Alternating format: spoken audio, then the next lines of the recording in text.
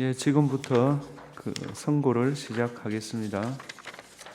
2024 헌나 2호 감사원장 탄핵 청구인 국회 피청구인 감사원장 체제해. 이 사건은 피청구인이 직무집행에 있어 헌법이나 법률을 위반했는지 여부, 파면 결정을 선고할 것인지 여부에 관한 것입니다.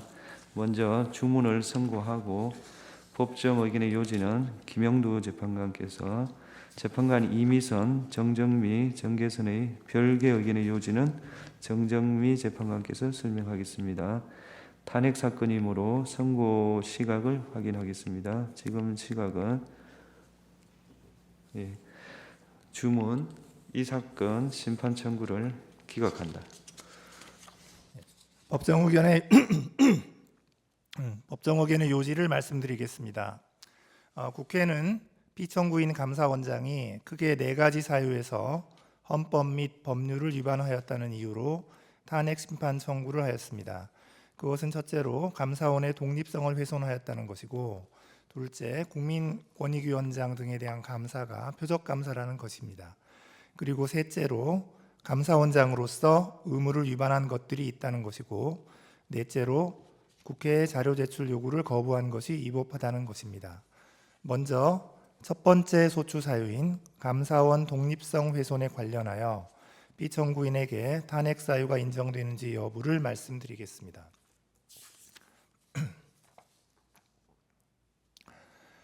먼저 피청구인이 국회 법제사법위원회 전체 회의 및 국정감사에서 감사원이 대통령의 국정 운영을 지원하고 있다는 취지로 발언한 것이 감사원의 독립성을 훼손하였는지 여부를 보겠습니다. 위 발언의 전체적인 내용, 통상적 의미와 용법, 문맥과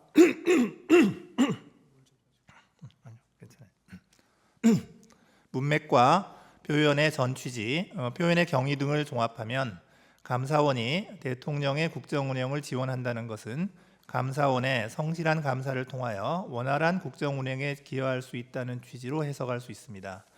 위 발언이 대통령과의 관계에서 독립성 및 중립성을 포기하고 감사를 편향적으로 시행한다는 의미였다고 단정하기 어렵습니다.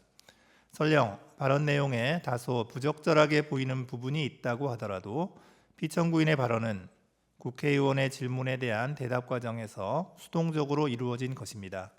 또한 대통령이 국가원수로서의 지위를 고려할 때 국가 전체를 이롭게 한다는 의미로 받아들여질 여지가 없지 않습니다.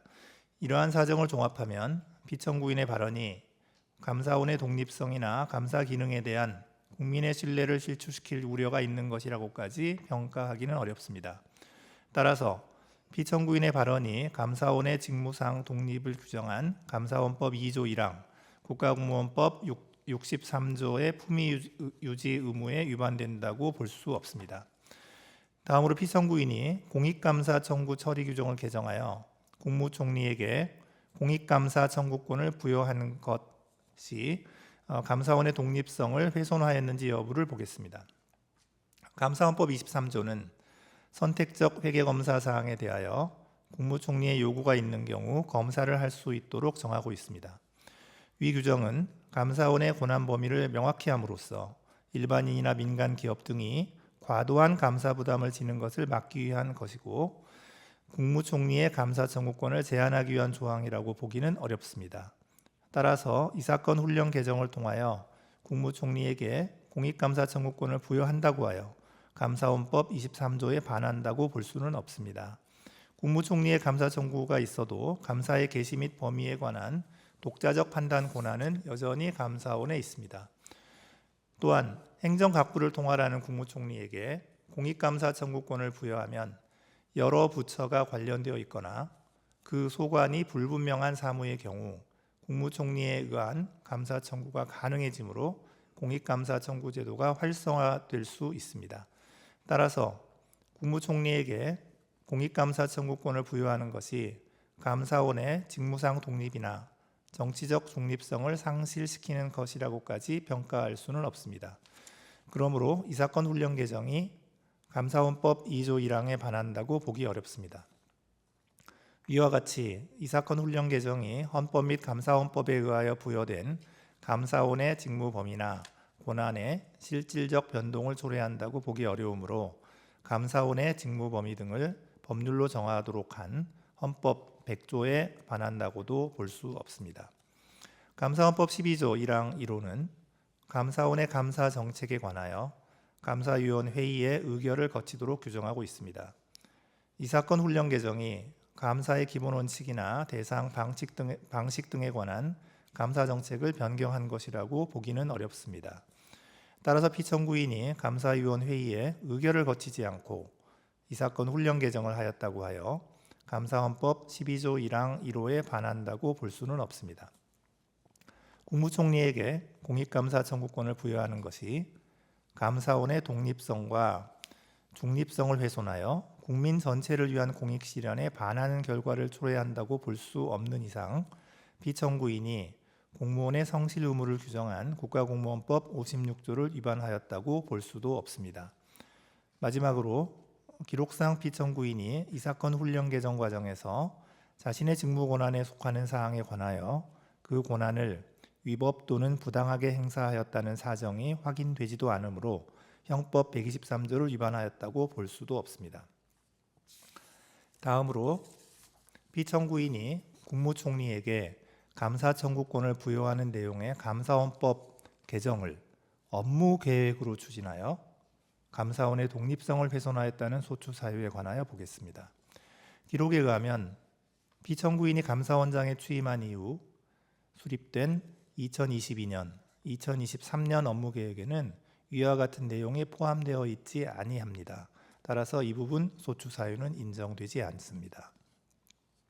다음으로 정의용 전 국가안보실장 등에 대한 수사 요청이 감사원의 독립성을 훼손하였는지 여부에 관하여 보겠습니다. 기록에 의하면 감사원은 사드 배치 지연 의혹에 대한 감사 과정에서 정의용 등 4인에게 각 직권남용 혐의 등의 혐의가 인정된다고 보아 수사 요청을 한 사실이 인정됩니다. 감사원법에 따르면 감사원은 감사 결과 범죄 혐의가 인정될 때에는 이를 수사기관에 고발하여야 하고 위 수사 요청에 따라 현재 일부 혐의자에 대하여는 압수수색 영장이 발부되어 수사가 진행 중입니다. 그렇다면 위 수사 요청이 정치적 중립성을 상실한 것으로서 감사헌법 2조 1항 및 국가공무원법 56조에 반한다고 볼 수 없습니다. 청구인은 탄핵심판 청구 이후 사드 배치 지연 의혹에 대한 감사가 공익감사 처리 규정 등을 위반하였다는 취지의 주장을 추가하였습니다. 그러나 이는 탄핵소추 의결서에 적시되지 않은 사유이므로 위 주장에 대해서는 판단할 수 없습니다. 두 번째 소추 사유인 권익위원장 등에 대한 감사와 관련하여 피청구인에게 탄핵 사유가 인정되는지 여부를 말씀드리겠습니다. 먼저 그 감사 목적이 위법하여 법률 위반이 되는지 여부에 관하여 보겠습니다. 권익위원회는 법률에 따라 설치된 행정기관으로서 감사원의 직무감찰 대상에 포함됩니다. 권익위원회의 인사관리나 행정관리에 관한 사항은 물론 권익위원장을 포함한 소속 공무원의 위법 부당행위를 바로잡기 위한 대인감찰도 모두 감사원의 직무감찰 사항에 해당합니다. 따라서 이 사건 복무감사가 감사원의 권한 범위를 넘어선 것이라고 보기는 어렵습니다. 또한 이 사건 복무감사는 다수의 제보를 근거로 실시한 특정 사안 감사로 기관 정기감사와 목적 및 대상 등이 달라 두 감사가 시기적으로 근접하여 실시되었다고 하여 감사 목적에 반한다고 볼 수 없습니다. 권익위원장 개인에 대한 대인 감찰뿐 아니라 권익위원회의 행정사무에 관한 감찰도 포함되어 있어서 권익위원장의 사퇴를 압박하기 위한 감사였다고 단정하기도 어렵습니다. 따라서 감사원법 2조 1항이나 국가공무원법 56조에 반한다고 보기 어렵습니다. 이어서 피청구인이 감사위원 회의의 의결과 예고 통지 없이 이 사건 복무감사를 개시한 것이 위법한지 여부를 보겠습니다. 이 사건 복무감사는 감사원 특별조사국이 2022년 연간 업무 계획에서 정한 공직기강 확립, 공직감찰이라는 감사 운영 기본 방향에 따라 실시한 개별 감사입니다. 감사원 특별조사국에서 수행하는 대인 감찰은 감사 제보 등을 받아 상시적으로 이루어지므로 업무 계획에 구체적 감찰 사항을 특정하기 어렵고 대상 기관이 특정될 경우 감사의 밀행성도 유지하기 어렵습니다. 이에 감사원은 업무 계획에 상시 공직감찰 등 포괄적인 감사 사항만 기재하여 감사위원회의의 의결을 받고 구체적인 비위 혐의자 등이 담긴 개별 감사 계획은 감사원장의 결재를 받아 감사를 실시하고 있습니다. 따라서 감사위원회의의 의결 없이 이 사건 복무감사를 개시한 것이 감사원법 2조 1항이나 국가공무원법 56조를 위반한 것이라고 보기 어렵습니다. 한편 청구인은 피청구인이 이 사건 복무감사 전에 예고 통지를 하지 아니하여 사무처리 규칙을 위반하였다고 주장합니다. 그러나 사무처리 규칙 위반만으로는 탄핵소추 사유를 인정하기가 어렵습니다. 다음으로 피청구인이 전현희 전 권익위원장에 대하여 수사 요청을 한 것이 위법한지 여부를 보겠습니다. 기록에 의하면 감사원은 권익위원장에게 감사원법 위반 및 직권남용 등의 혐의가 인정된다고 보아 수사 요청을 한 사실이 인정됩니다. 감사원은 감사 결과 범죄 혐의가 있다고 인정할 때에는 이를 수사기관에 고발하여야 합니다. 그런데 이 사건에서 제출된 증거만으로는 위 수사 요청이 객관적 사실에 반하는 내용이라고 단정하기 어렵습니다. 따라서 위 수사 요청이 현저히 자의적이라거나 정치적 중립성을 상실한 것으로서 국가공무원법 56조에 위반된다고 보기 어렵습니다. 청구인은 위 수사 요청이 감사위원 회의의 의결을 거치지 아니하여 사무처리 규칙을 위반하였다고 주장합니다. 그러나 사무처리 규칙 위반만으로는 탄핵소추 사유라고 인정하기 어렵습니다. 감사 보고서에는 권익위원장의 근태 사안 등에 대한 문제점이 구체적으로 기재되어 있으므로 감사원이 최종 불문 결정을 하였다는 사정만으로 위 수사 요청이 객관적 사실에 반하는 허위 사실을 신고한 것이라고 보기도 어렵습니다. 따라서 위 수사 요청은 형법 156조의 무고죄에 해당한다고 보기 어렵습니다. 다음으로 이 사건 복무감사의 대상 및 진행 절차가 위법하였는지 여부에 관하여 보겠습니다. 청구인은 이 사건 복무감사의 대상 중 유권 해석 사안은 권익위원회의 고유 정책 업무에 해당하므로 감사 대상으로 삼을 수 없다라고 주장합니다. 그러나 행정기관의 사무와 그에 소속한 공무원의 직무는 특별한 사정이 없는 한 감사원의 직무감찰 사항이 됩니다. 감찰 대상인 사무나 직무의 범위도 제한이 없습니다. 따라서 유권 해석 사안에 대한 감사가 감사원법상 인정된 감사원의 직무 범위를 넘어선 것이라거나 국가공무원법 56조를 위반한 것이라고 볼 수 없습니다. 청구인은 피청구인이 강압적인 감사를 하고 이 사건 복무감사와 관련한 사항을 언론에 공개하여 감사원법 등을 위반하였다고 주장합니다. 그러나 이 점에 관해서는 구체적 사실관계의 특정이나 입증이 없으므로 이 부분 소추 사유는 받아들이지 아니합니다. 청구인은 가사도 민원 사안에 대한 감사가 이 사건 복무감사의 목적 범위를 벗어난 것이라고 주장합니다. 그러나 가사도 민원 사안에 대한 감사는 권익위원회의 업무 처리 절차가 적정하였는지 여부를 점검함으로써 공직기강을 확립하고자 한 것이었습니다. 따라서 그 감사가 이 사건 복무감사의 목적 범위를 벗어났다고 보기 어렵습니다. 그러므로 행정조사기본법 4조 1항 및 국가공무원법 56조에 위반되지 않습니다. 다음으로 이 사건 복무감사에 관한 감사보고서를 시행하는 과정에서 피청구인이 전산부서로 하여금 주심위원회 열람이 없이 감사보고서의 시행이 가능하도록 전자문서 시스템을 변경하게 한 행위가 위법한지 여부에 관하여 보겠습니다.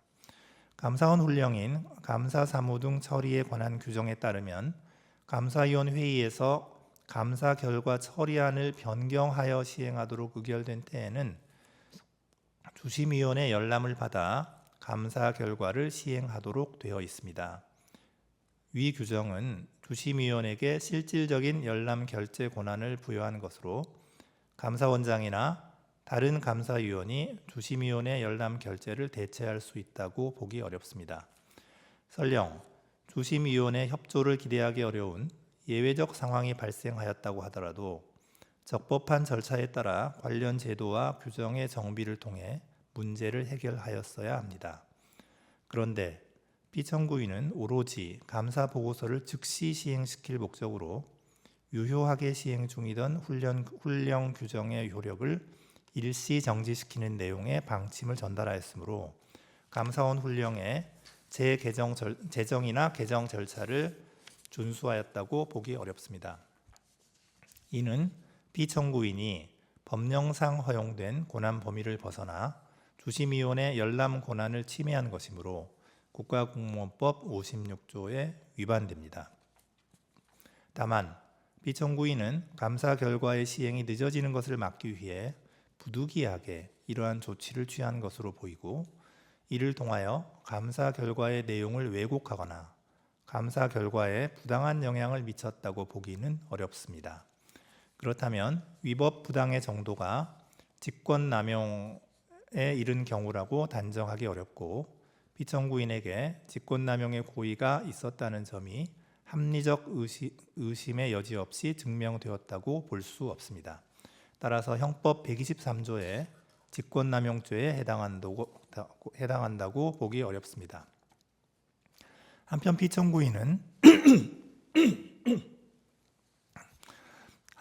피청구인은 전자문서 시스템 구조 자체를 변경한 것일 뿐 여전히 주심위원회 열람은 결재 요청 상태에 머물러 있고 결재일도 공란으로 표시되어 있습니다. 따라서 피청구인이 허위 정보를 입력한 것이라고는 보기 어려우므로 형법 227조의 2 공전자 기록 위작 변작죄에도 해당하지 않습니다. 이제 다음으로 세 번째 소추 사유, 감사원장으로서의 의무를 위반한 것들이 상당히 있다는 점과 관련해서 피청구인에게 탄핵 사유가 인정되는지 여부를 말씀드리겠습니다. 먼저 대통령실 관저 이전 감사와 관련하여 법률 위반이 있었는지 여부를 보겠습니다. 청구인은 피청구인이 감사 보고서에 국민감사청구심사위원회가 대통령실 관저 이전 결정 과정의 타당성에 관한 사항은 이 사건 감사 범위에서 제외하는 것으로 의결하였다라는 허위의 사실을 기재함으로써 허위 공문서를 작성하였다고 주장합니다. 그러나 감사 청구서 등의 기재 내용, 국민감사청구심사위원회의 심사 내용, 관련 법령이 정한 국민감사 청구의 대상 및 감사원의 직무감찰 범위 등을 종합적으로 고려하면 참여연대의 감사 청구 사항 중 대통령실 관저 이전 의사결정 과정의 직권남용 등 부패 행위 및 불법 여부에 관하여 실시하기로 한 감사의 내용은 대통령실 관저 이전 결정 과정에서 관련 법령이 정한 절차를 준수하지 아니한 법령 위반 행위가 있었는지 여부라고 보는 것이 타당합니다. 결정의 타당성이나 당부에 관한 사항은 감사의 범위에 속한다고 보기 어렵습니다. 따라서 감사 보고서에 기재된 내용이 허위라고 보기는 어렵습니다. 청구인은 피청구인이 불성실한 감사를 하였다고 주장합니다. 감사원은 대통령실 관저 이전 결정 과정에서 관련 법령이 정한 절차를 준수하였는지 여부에 관한 감사를 실시하였고 부실 감사라고 볼 만한 다른 사정은 보이지 않습니다. 청구인은 탄핵 심판 청구 이후 피청구인이 참여연대의 감사 청구 사항 중 대통령실 관저 공사업체 선정과 관련하여 법령 위반 등의 의혹이 있음에도 이에 관한 감사를 실시하지 아니하였거나 부실한 감사를 실시하였다는 취지의 주장을 추가하였습니다. 그러나 이는 탄핵소추 의결서에 적시되지 않은 사유이므로 이 주장에 관해서는 판단할 수 없습니다. 따라서 피청구인이 감사원법 2조 1항 및 국가공무원법 56조를 위반하였다고 볼 수 없습니다. 이어서 서해 공무원 피격 사건 감사와 관련하여 법률 위반이 있었는지 보겠습니다. 감사원이 작성 배포한 보도자료 중 청구인이 주장하는 부분이 군사 1급 비밀에 해당하는 사실을 인정할 만한 아무런 자료가 없습니다. 따라서 피청구인이 군사기밀보호법 13조 1항을 위반하였다고 보기 어렵습니다. 청구인은 탄핵심판 청구 이후 서해 공무원 피격 사건 감사 자체가 감사위원 회의의 의결을 거치지 않아 위법하다거나 위 보도자료 배포 행위가 감사 결과 공개에 관한 감사원 법령 등에 위반된다는 취지의 주장을 추가하였습니다. 그러나 이는 탄핵 소추 의결서에 적시되지 않은 사유입니다. 따라서 이 주장에 관하여는 판단할 수 없습니다. 위 감사와 관련하여 감사원은 국가안보실, 국방부 등 5개 기관 관련자에 대하여 직무유기 등의 혐의가 인정된다고 보아 수사 요청을 하였습니다. 감사원은 감사 결과 범죄 혐의가 있다고 인정할 때에는 이를 수사기관에 고발하여야 하므로 특별한 사정이 없는 한 수사 요청 자체가 위법하다고 보기는 어렵습니다. 다음으로 이태원 참사 감사와 관련하여 법률 위반의 점이 있었는지 보겠습니다. 이 부분 소추 사유는 피청구인이 2023년 연간 업무 계획에 이태원 참사 사건과 관련한 구체적인 감사 계획이 수립되어 있었음에도 그러한 감사 계획이 없다라는 허위 내용의 발언을 하고 같은 내용의 보도 참고 자료를 작성 배포하였다는 것입니다. 그런데 기록에 의하면 감사원은 2023년 연간 업무 계획에서 이태원 참사와 관련하여 구체적 감사 계획을 수립한 사실이 인정되지 아니합니다. 따라서 이 부분 소추 사유는 인정되지 않습니다. 다음으로 월성 원전 1호기 조기 폐쇄 감사와 관련하여 법률 위반의 점이 있었는지 보겠습니다. 이 부분 소추 사유는 피청구인이 감사원장으로 취임하기 전의 행위입니다. 그래서 피청구인의 감사원장으로서의 직무집행에는 해당하지 않습니다. 피청구인은 탄핵심판 청구 이후 청구인은 탄핵심판 청구 이후 피청구인이 위 감사와 관련한 판결에 불복하는 등 위법한 감사를 지속하였다는 취지의 주장을 추가하였습니다. 그러나 이는 탄핵 소추 의결서에 적시되지 아니한 사유이므로 이에 관하여는 판단할 수 없습니다. 다음으로 중앙선거관리위원회에 대한 감사와 관련하여 법률 위반의 점이 있었는지 보겠습니다. 중앙선거관리위원회에 대한 감사는 합의제 기관인 감사위원회의의 의결에 따라 실시된 것이므로 특별한 사정이 없는 한 피청구인이 감사원장의 지위에서 행한 행위라고 보기 어렵습니다. 따라서 이 부분 소추 사유를 피청구인이 감사위원회의의 구성원으로서 한 위 감사 실시에 관한 의결을 문제 삼는 것으로 보더라도 기록상 피청구인이 감사위원에게 부여된 권한을 그 취지에 명백하게 어긋나게 행사하였음을 인정할 자료를 찾아볼 수 없습니다. 따라서 이 부분 소추 사유는 인정되지 않습니다. 네 번째 소추 사유인 피청구인이 국회 법제사법위원회의 서류 제출 요구에 응하지 않고 현장 검증 당시 기록의 열람을 거부한 행위가 위법한지 여부에 관하여 보겠습니다. 먼저 법제사법위원회의 서류 제출 요구에 관하여 보겠습니다. 법제사법위원회의 2024년 9월 25일자 의결에 따라 이루어진 서류 등의 제출 요구는 제출 요구일 하루 전인 2024년 10월 6일 감사원에 송달되었습니다.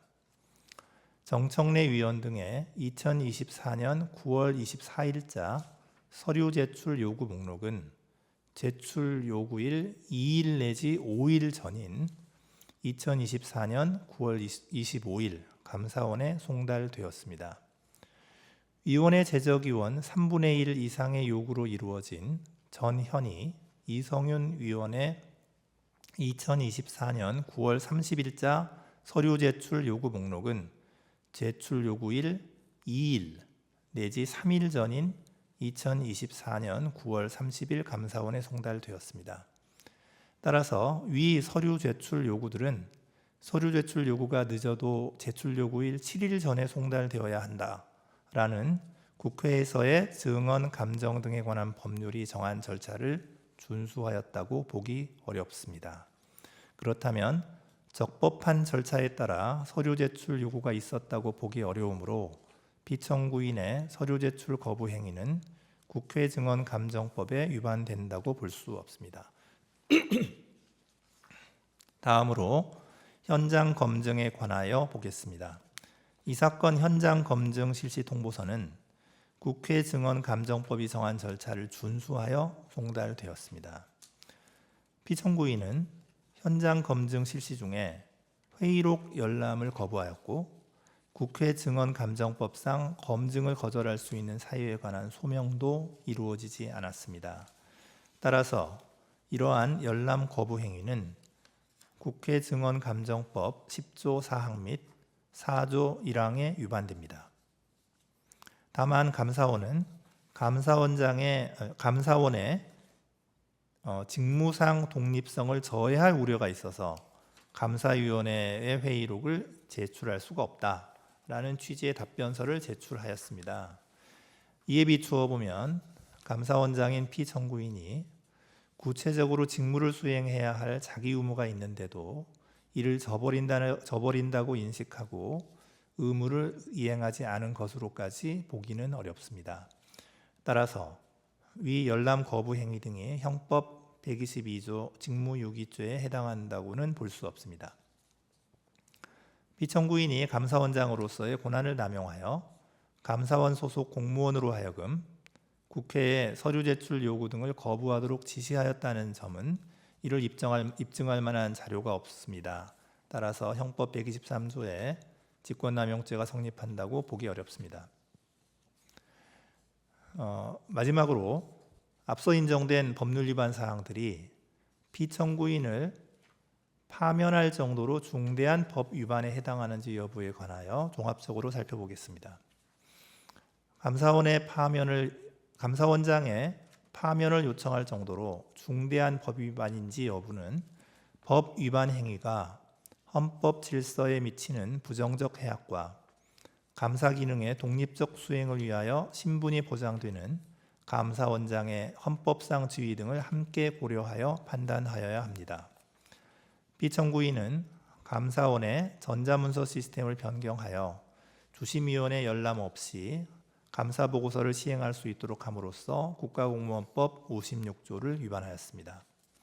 다만 이는 감사 결과의 원활한 시행을 위한 것으로 볼 여지가 있고 피청구인에게 특별히 감사 결과에 관여하거나 부당한 영향을 미치기 위한 의도가 있었다고 보기는 어렵습니다. 또한 피청구인은 국회위원회 현장 검증 당시 감사위원